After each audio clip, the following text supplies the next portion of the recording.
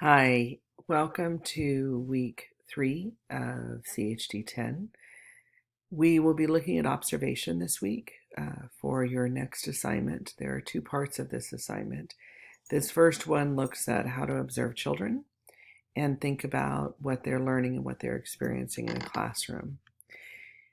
In order to do observation, to acquire knowledge, one must study, but to acquire wisdom, one must observe.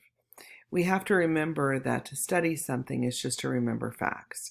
To observe is to learn how to interpret, understand, and comprehend those facts. And so observation is the deepest level of trying to understand a child.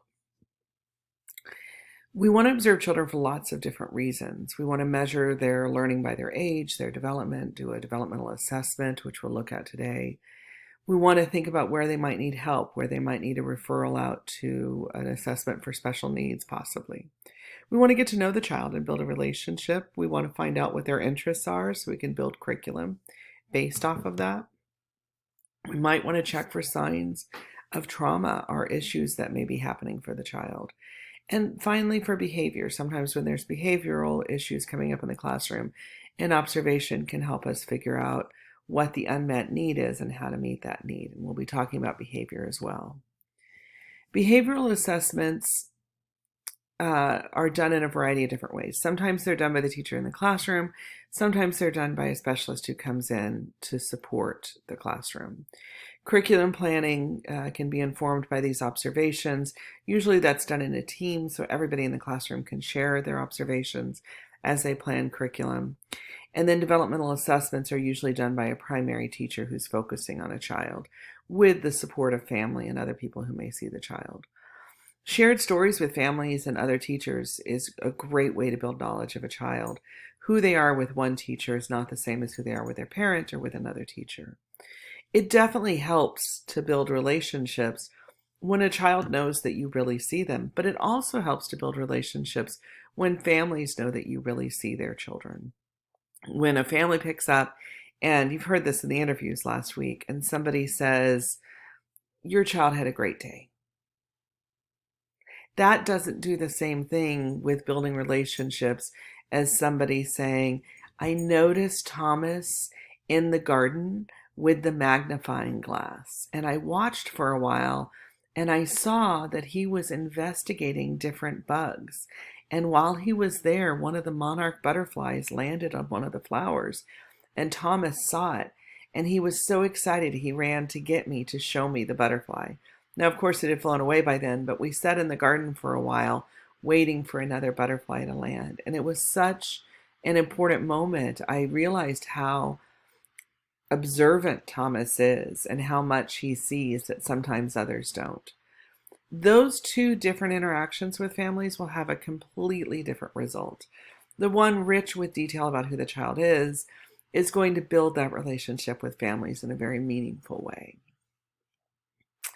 So some key elements of observation. Systematic observations help in recording events, and they help teachers make sense of those events. We must develop a language of recording to practice. There are some elements to observation. Focus on what you want to know.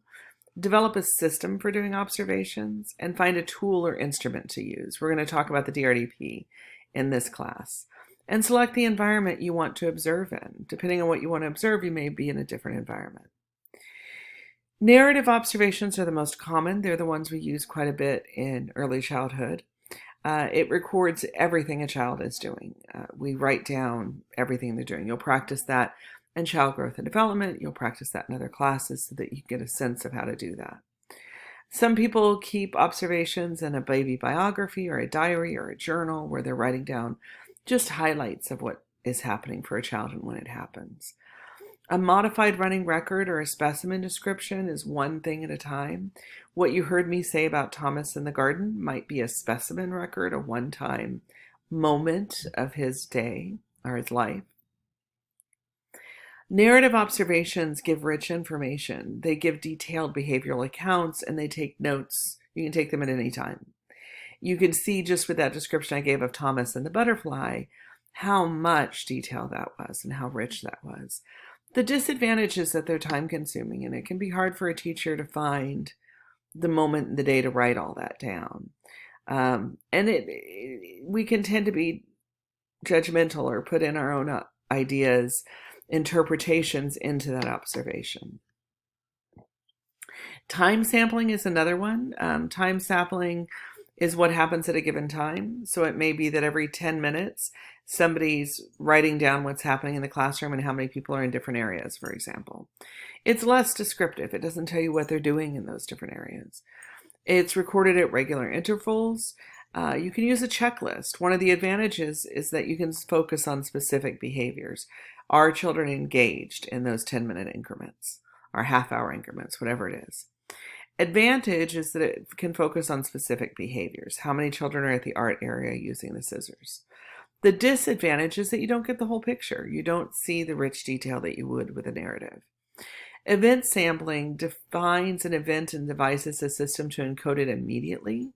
So if we want to know who cuts with scissors in the classroom, we might have an event sampling where whoever is sitting at the art table is taking a record of all the children who come and how well they're cutting with the scissors. So you can encode it right away. It looks at specific behaviors. Usually a checklist is used a number of times during the day. The advantage is that it's clearly defined on the recording sheet. The disadvantage is that it lacks that rich detail we just got with Thomas and the Butterfly. So rating methods, people use checklists sometimes with predetermined data. They're simple to make and record, but again, they lack the detail.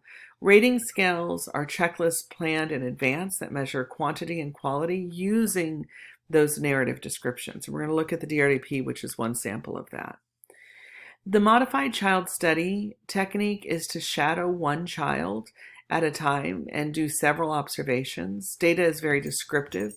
The child is often aware that somebody's following them and it can affect the study, so you have to be aware of that. And that gives very, very rich detail about a child. But you can imagine that would be really hard for a teacher to do. So steps for teachers, you must observe. Record what you observe and then collect that data. Think about what it means. Analyze the data for trends. Prescribe solutions, maybe design curriculum, maybe come up with some behavioral supports for a child, and figure out how to respond. Mainly the principles of observations are not principles of diagnosis. They're helping us think about how to work with a child, but we're not diagnosing a child. People who diagnose children for special needs issues or health issues are specialists trained in those specific diagnoses. So you don't want to cross over on those two. When you're doing observations, there's three things to consider. Is it a fact? Is it an opinion? Or is it a theory? So as you look at these boxes on the screen here, there are certain facts that you may cite about the boxes. You may say, these boxes are all rectangles. That's a fact. These boxes are all different. That's a fact. The box in the middle at the top has 4 red bows. That's a fact. The box on the left is wrapped with paper that's blue and snowflakes and has a blue and white ribbon tied around it. That's a fact. The box on the right has the word Budweiser written on one side. That's a fact. Opinions are things we form all the time. This is deeply connected to anti-bias work, deeply connected to how we support each and every child without our own opinions jumping in there. We all have opinions. The minute we see something or someone, we have an opinion. We jump to opinions fairly quickly as human beings. And it makes sense when you think historically how we survived. We had to know if that animal coming towards us was something we could eat or something that was going to eat us. So we had to jump to opinions very quickly and make opinions about things we may not have seen before. However, in human interaction and teaching with children and working with other adults and interacting with anybody who isn't us, it's really important to recognize which opinions come up and when they come up. In narrative observations, it's really often for people to use emotion words, cute, aggressive, words like that. Those are all opinions. How do you know a child is happy? What did you see? Were they smiling? Were they singing? Were they skipping? Describe what you saw, not the emotion. So when you look at these 4 boxes, you may have an opinion about them. You may think, oh, that box on the left looks great. It's a present. Something wonderful must be inside. It's big.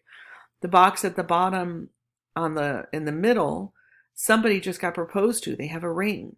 That's a theory. That's an idea that you think may be true, but you don't know whether it's true or not. It could just be an empty box. You may have an opinion that the box on the right is ugly. Those cigar boxes sticking out of a Budweiser box, you would never want that in your house. You may have an opinion that that's super cool. I wish that were in my house. But those are opinions.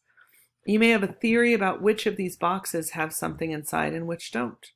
Those are just theories. You don't know until you investigate. So really understanding the difference between a fact, an opinion, and a theory is critical to observation. When you're doing narrative observations, which is what we practice in ECE and child development classes, we want to be detailed. Having many details or facts, showing attention to detail. It's really important to be detailed because in the details is where we truly start to understand children and their behaviors. So saying the child was playing on the climber for 20 minutes doesn't tell us anything about their gross motor, doesn't tell us anything about interactions with other children, doesn't give us any of that detail that we need to understand what the child is doing. Being objective is also very important.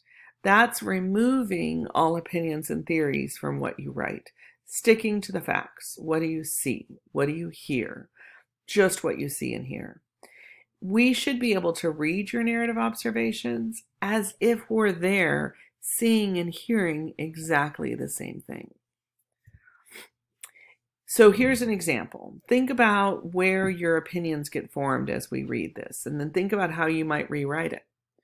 Daria moves to the art table, skipping happily. She grabs the scissors from Joseph aggressively and screams, "These are mine!" The teacher is not paying attention and ignores Daria. Daria moves towards another chair and happily sits down to cut paper, singing to herself. The teacher continues to neglect Daria and Joseph, who has moved to another area. Now, first, this is very full of opinions and theories and not rich with details. So we're missing a lot of details. But as I read that, did you form an opinion of Daria?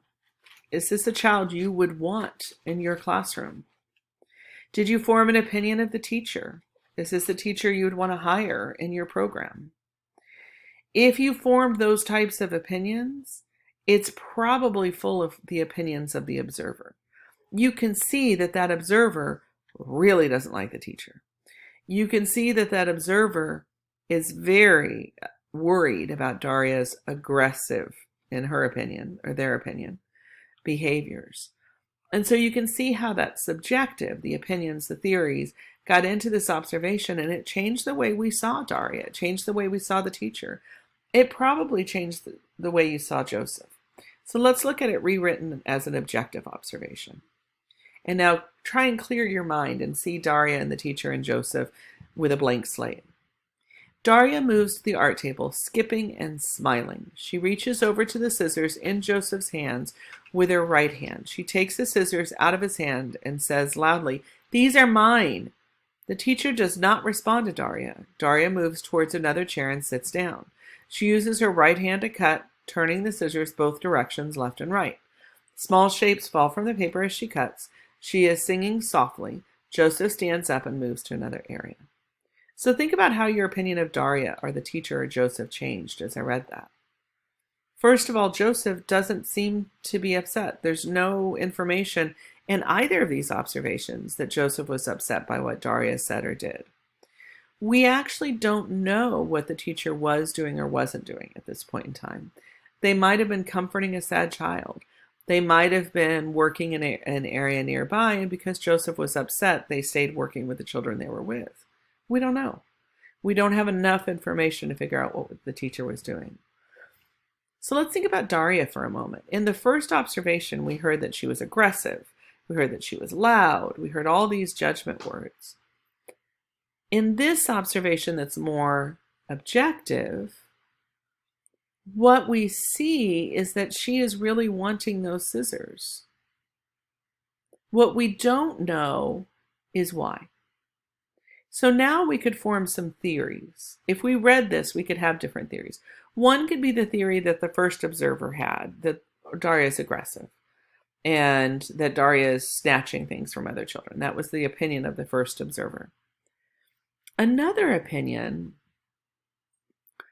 or theory, another theory might be that Daria went to the bathroom and left her scissors on her place, and Joseph picked up her scissors, the ones she was using.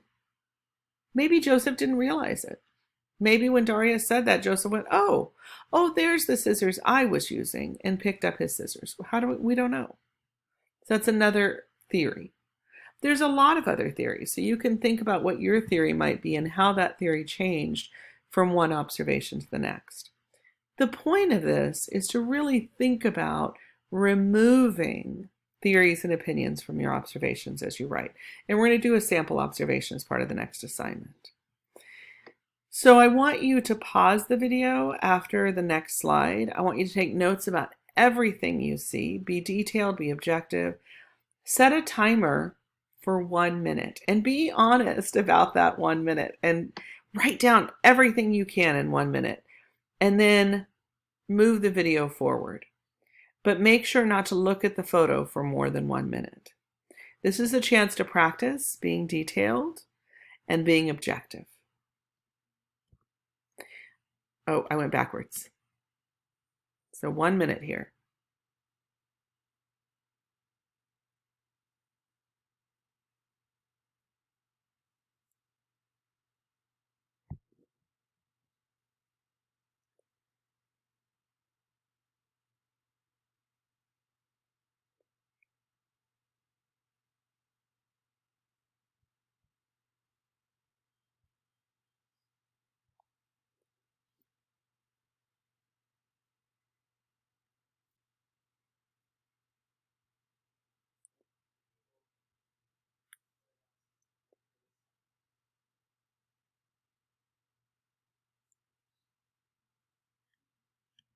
All right, hopefully you stopped for a minute and observed. I want you to think about now with this photo, take a look at your notes and see what you captured and see what you didn't. Did you notice that some children's heads are closer to each other than others? Did you wonder why? Do you have any theories about why, for example, these two children have their heads close together? And look at the way they're mirroring the same movement with their hands. Did you capture that detail? They're both pointing to something that appears to be the same thing. My theory is that there's something there they're both interested in. But the fact is I can see their hands pointing in the same direction. I can see their shared gaze in that direction. And I can see their heads close together. Did you have any theories about this child? Did you capture the detail that this child's standing on the edge of the puddle, but standing when most of the other children are squatting and looking into the puddle and pointing at things? Did you capture the detail about the child back in the background here? Did you capture the detail about these two children with almost similar focus? So what did you miss in 1 minute? So one reason we do this is to think about how much you would miss versus somebody else. We can't capture every single detail in the period of time that we will have to do an observation. We're going to miss some things. The second is to start getting in touch with how your opinions and your theories jump in and interpret your facts as you're writing. You want to pull those back out again and get back to what you see and what you hear. Obviously, you can't hear with a photo. So I want to show you a video that will be in the module. This is the first 5 video, the purpose of observation. And so let's see if we can play it in the middle of this video.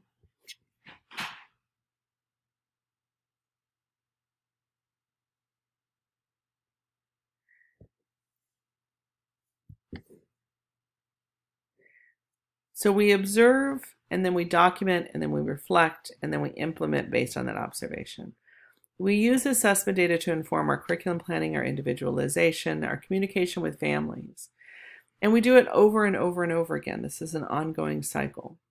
Observation allows us to learn about children's interests, document children's learning and development, and be intentional in planning learning experiences for them. All of this is really critical for a teacher. When we observe, the purpose of observation is that it should be developmentally focused. It should be ongoing and routine. We want to do it at different times and in different contexts and be as objective as possible. So we want to use a developmental lens to figure out what to observe. So this teacher can look and see developmentally what's happening. There's some social interactions happening. There are all of these different developmental contexts happening. There's different developmental behaviors happening, possibly some cognitive behaviors with the puzzles, maybe some language development if she's hearing the children talking. So when we use the developmental lens, we're thinking about all these developmental areas that exist in the DRDP and exist in the curriculum framework in California. So our observation assessment tool in California is the DRDP. It's the Desired Results Developmental Profile, and it helps focus our observations on where a child is developmentally and what they're doing. One of the questions teachers ask is, how do I fit observation into my day? I have a lot to do. You heard your teachers during the interviews last week talking about that. Observations and assessment go hand in hand with intentional interactions in teaching. You heard your teachers talking about that, how important the observation was to their curriculum planning, to working with children that's behavior is challenging. There's spontaneous observations where something's happening and we want to remember it. Some teachers carry Post-it notes in their pockets to write these moments down. Sometimes they're thinking about a behavior they haven't seen yet, and they're thinking about, when am I going to observe this behavior? How am I going to set up activities that will spark this behavior in children so I can see whether or not they can do this particular skill? Sometimes there's targeted observation. Maybe we have some behavior challenges that we're trying to figure out why a child's behaving that way. Maybe we're trying to figure out why a child sits alone most of the time and doesn't interact with other children. We may target those observations. If we do a focused activity like stringing beads, we may want to sit close to that area so we can note what children are saying and doing, which is related to some of the DRDP measures we're looking at. We can measure multiple measures at the same time. There's math, physical activity, visual performing arts, language, and literacy all happening in this moment with the child with the beads. And you can see the teacher observing that. Again, keeping a little notebook and a tiny pen in your pocket helps you capture those details. So how do you gain a comprehensive understanding of each child's developmental progress? That requires time. We need to do observations over time, and we need to focus those observations, again, using the developmental lens.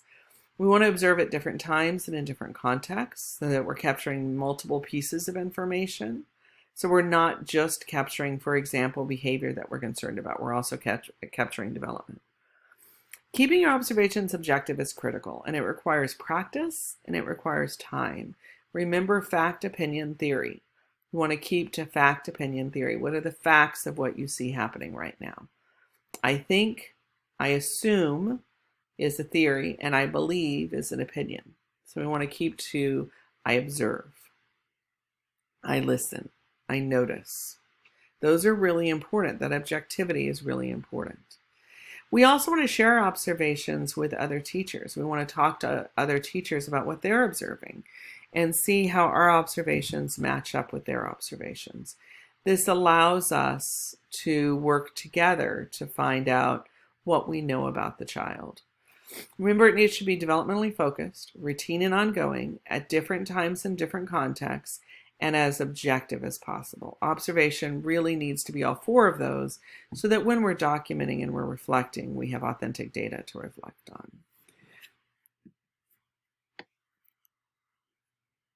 There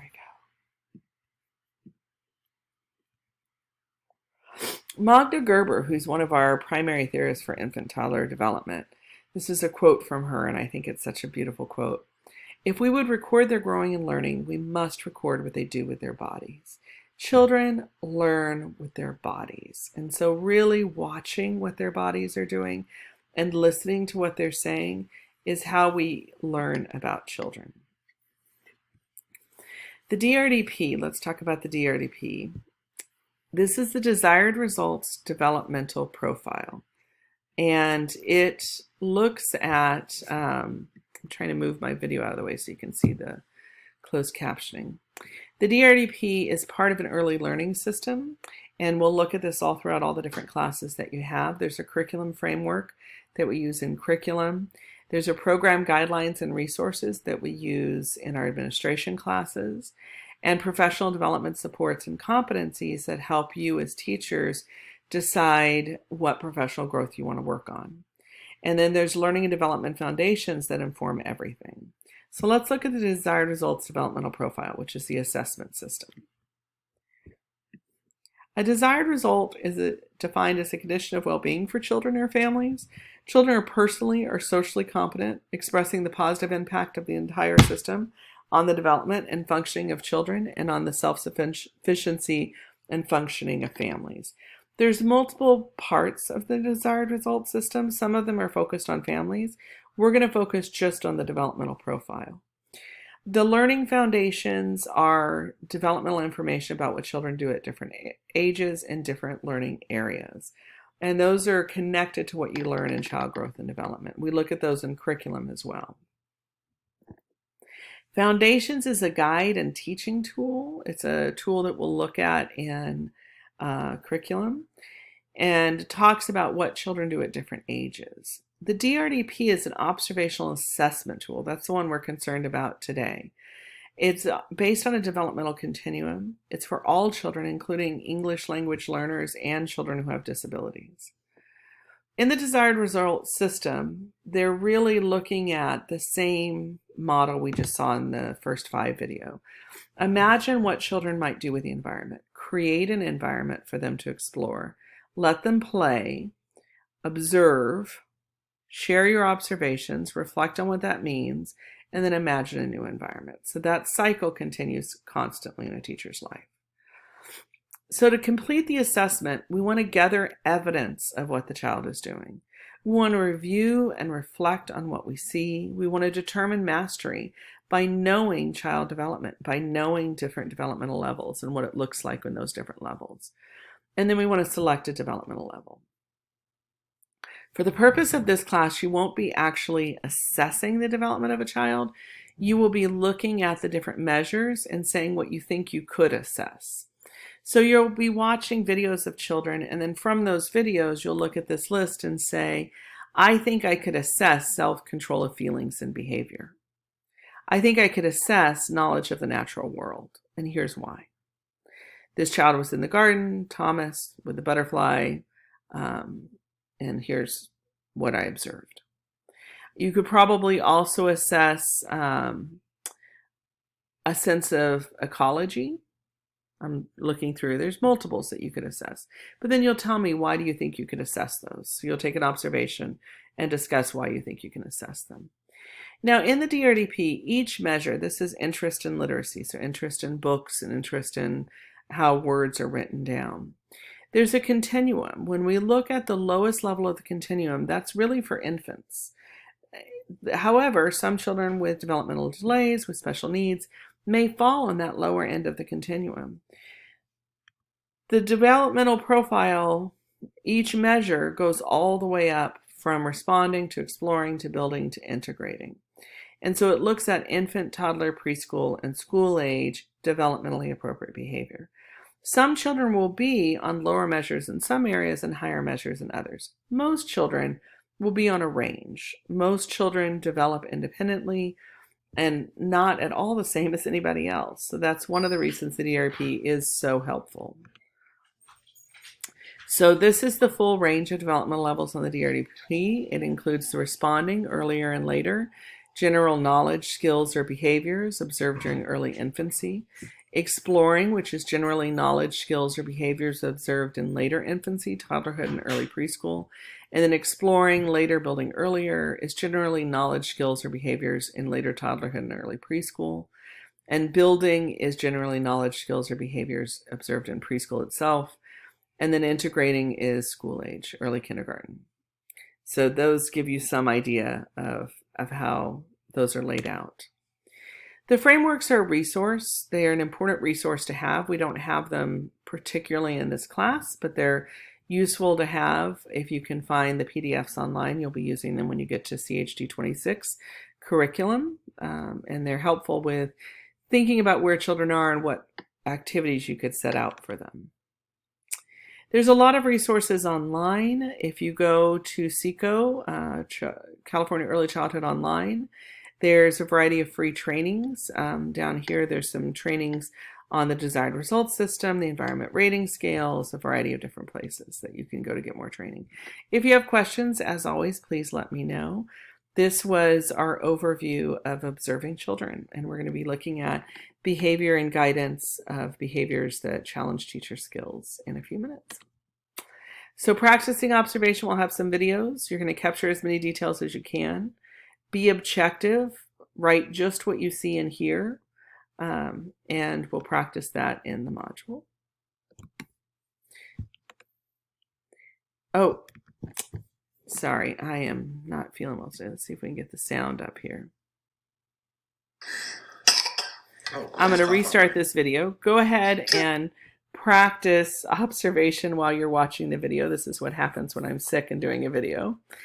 Please watch the video of Avi J, that's the child, and his dad Vince eating breakfast.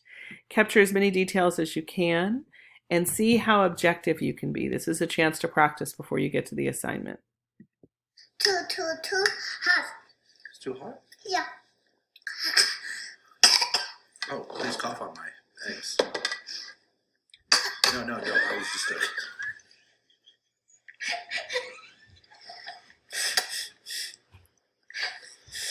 No, don't blow snot in my face. Okay, bro. Seriously, don't make gross while we eat my eggs. So see what you got there and what observation details you got. Go back and look at what you wrote and see if it's objective. Pause the video here, spend a moment taking a look at what you wrote, rewrite it, and then come back and unpause and we'll watch the video a second time. And you can compare what you wrote with what's in the video and see what you missed.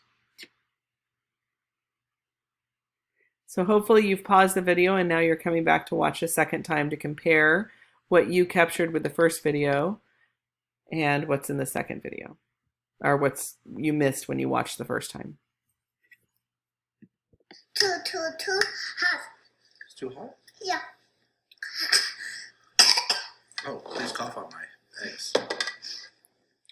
No, I was just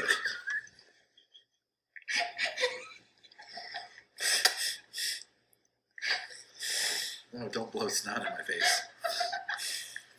Okay, bro. Seriously, don't make gross while we eat my eggs. So first of all, toddlers do not understand sarcasm is a lesson Vince learned there. But hopefully you saw the second time that there were details that you missed, and this is a good chance to practice. If you want to, you can find lots of child videos on YouTube and practice observations before you do the assignment itself. In that video, we can assess Avi's social and emotional understanding. First, let's look at the different levels. Responding is responds to faces, voices, or actions of other people. Yes, Avi's doing that. But he's doing more, so let's keep going. He shows awareness of what to expect from familiar people by responding to or anticipating their actions. He does that as well, but he's doing more, so let's keep going. He adjusts behavior in response to emotional expressions of familiar people, especially in novel and uncertain situations. When his mom, Liz, laughs, he responds to that, so he's doing that and more. He adjusts behavior in response to emotional expressions of people who are less familiar. We're not seeing that, but it doesn't mean it's not happening, so let's look a little earlier, or a little further. Identifies own or others' feelings, we didn't see that either. Communicates with adult assistants about feelings that caused own behavior or others' behaviors. We didn't see that. It looks like we're down here. Adjusts behavior in response to emotional expressions of familiar people, especially in novel or uncertain situations. So let's look at some examples here to be sure this is where we would place Avi J. Pays attention to a familiar adult's facial expressions when an unfamiliar person enters the room. Stops playing and looks up and then smiles when hearing a familiar adult's laugh.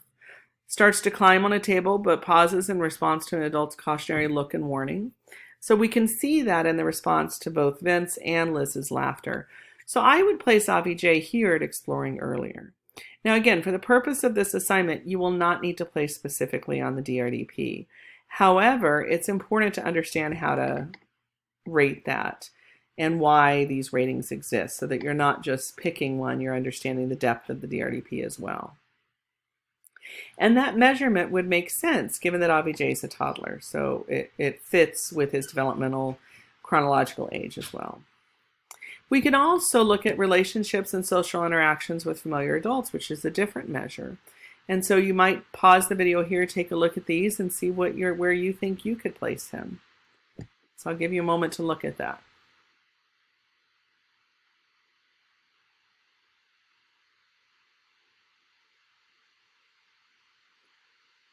So where would you place him and why? I would probably do exploring earlier again. Interacts in simple ways with familiar adults and tries to maintain the interaction. You can see that with Vince. And again, that makes sense given his chronological age. Now, that may be that Avi J is showing activities that are later, but that particular observation fits in exploring earlier. So using observation and information, assessment information, there are 4 principles that should guide your assessment practice. Standards should identify the important and developmentally appropriate outcomes. Processes should be in place to develop and review the standards. And assessments must be ethical and appropriate. Communication must be in place. So that means we really want to do authentic assessments, watching children in their natural environments. We want to be careful about unfair comparisons. Children develop at all different ages in all different ways. We want to be careful about bias. We have bias. Every human being in the world was raised with different understandings of who human beings are. And those biases are very intrinsic to our own childhood and our own past, and they can come in observations. One example of that I brought up in other classes is that there's one population that gets kicked out of preschool more than any other population. First of all, don't kick a preschooler out. If their behavior is challenging you, then you need resources to figure that out. That's not about the child. That's about you as a teacher getting better resources and better supports. And they're out there to support you. There's a lot of resources. But Black boys tend to be evicted from preschool at a 40% higher rate than any other group. That tells me that the teacher's bias is coming in before that child ever enters the classroom. So that comes in a variety of subtle ways. If we're biased about, for example, boys, let's just take boys as a group. If we as teachers are biased that boys are more active and prone, one way of knowing whether you are or not is if I tell you you've got a classroom of 24 boys. What's your emotional reaction to that? What if I tell you you have a classroom of 24 girls? What's your emotional reaction to that? Now, what if I tell you you have a classroom of 24 children? We have an emotional reaction to each one of those 3 because stereotypes and biases are connected to those labels of boys and girls. So if we put a label of a boy onto a child and we're told this is a boy, we often are expecting more active behavior. We're expecting possibly superhero play. We're expecting maybe more aggressivity in the play, and we look for that. If we're told this child is labeled as a girl, we may look for them to be quiet, reading books. We may look for them to talk more. Children will often, although not always, present the behavior we're looking for. So if we're constantly looking for a child to have problems, we're constantly looking for a child to be a behavior issue, we'll look for something that tells us that might be happening, and then we'll call it out before it even happens. And then the child will show more and more of that behavior. So really with observation, we want to be very, very cautious of our biases. We want to know what those biases are. There is a class at every single community college about learning to support diversity in a teaching environment. And it's really important that you take those classes and take the lessons that you learned from those classes, forward for the rest of your life, because bias doesn't just disappear out of your head because you took a class. It exists in very deeply rooted messages we received as very young children. And it's critical with assessment and observation. We really have to work hard to go into observing a child and be a blank slate to see who the child really is. We can overemphasize norms. We can expect a preschooler to be a preschooler when in fact they're operating at a higher or lower level. We need to be concerned about having too wide of a range, really thinking about who the child is and narrowing the range of our assessment down. We can have too little or too much time to observe. So we have to think about all those concerns about assessments and observations. We want to make sure when we're observing, we're seeing the forest, which is all of the children in our classroom and what their needs are, and the trees, which is each and every individual child. There's another way to observe. It's called learning stories. What do you see? What do you think? What do you wonder? Are the questions that are asked. So this is an example. This is Jolene. And there's a video here that you can watch. Let's see if we can get it to play here. The video is no longer available. I apologize. I will take that link out. But this is Jolene brushing paint and the learning story. And so the teacher tells the observations of what the teacher saw. And is very clear. This is Teacher Tom. He's very clear about what he thinks about it instead of his observations. Today I saw Jolene at the easel. By the time I got there with my camera, she had already applied bold areas of each color in vertical stripes to the top of the page. I thought, this is interesting. Look at how carefully she moves the brush. Jolene painted the vertical areas of color up and down, but there still was white around the blue. She then carefully covered the white spaces with more blue and upward strokes of the brush. Now there was no more white in between the colors. See how objective that language is? She continued to brush the blue, sweeping downward. Then the brush ran out of paint, and Jolene continued to stroke downward with a broom-like sweep of her hand. The dry brush effect was strong. It seemed to interest her. Notice he's owning that he thinks that's what's happening. It's his theory. As she did the same stroke again and again. She dipped the brush back into the blue paint cup and filled the dry areas with more paint. Then, surprisingly to him, she stopped. She put down the brush and stood there with her arms spread wide. Something was going on in her mind, but I didn't know what it could be.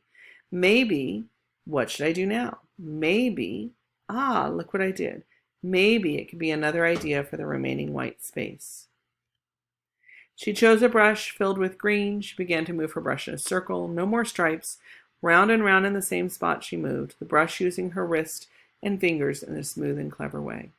Then she moved the brush to a clear space, and round she went again and again and again and again. Her hand moved with graceful ease each time.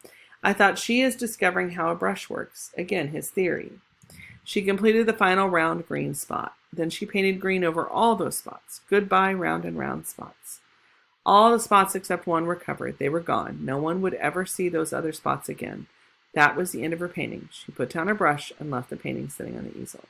So you see how most of that was very, very objective. When it wasn't objective, Teacher Tom was saying, here's what I think. Here's what I wonder. I took a picture of Jolene's painting. It has broad bands of brown, indigo blue, green, and red filling the page. 3 areas of white are left.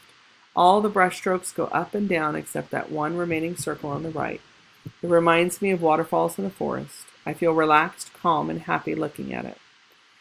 In a learning story, he goes on to talk about what does it mean. He talks about opportunities for how to support Jolene's play. And if you want to look at those, you can pause and look at those slides in more detail. He talks about possibilities. A learning story takes an observation and takes it further and really tells a story to a family and to Jolene that shows the value of what he observed. These possibilities are things that he may expand on in his curriculum. Tom Drummond teaches at North Seattle Community College and Green Tree Early Childhood Center in Seattle, Washington. The teacher was Holly Kohler, and this is part of a learning story that he does on his website. So if you look up Teacher Tom Learning Stories, you'll find a whole website from him about how to do these. Learning stories speak to the child's family, and to us as observers and educators. There's no right way to do them. It's just one other way to do observation. It focuses on the good things we value, which helps children then, if we are seeing what we want in a child, they will perform more of those behaviors. So it began in New Zealand. If you want more information about learning stories, you can look it up. And Tom Drummond Learning Stories is the best way to look at it locally and see some of the examples he has. He has articles as well about what to do and how to do a learning story. There's guides to writing learning stories on his website, so you can go take a look at that as well. It's a higher level teacher skill. We usually start with narrative observation. And that's the end of this slideshow. I'll be back with more information.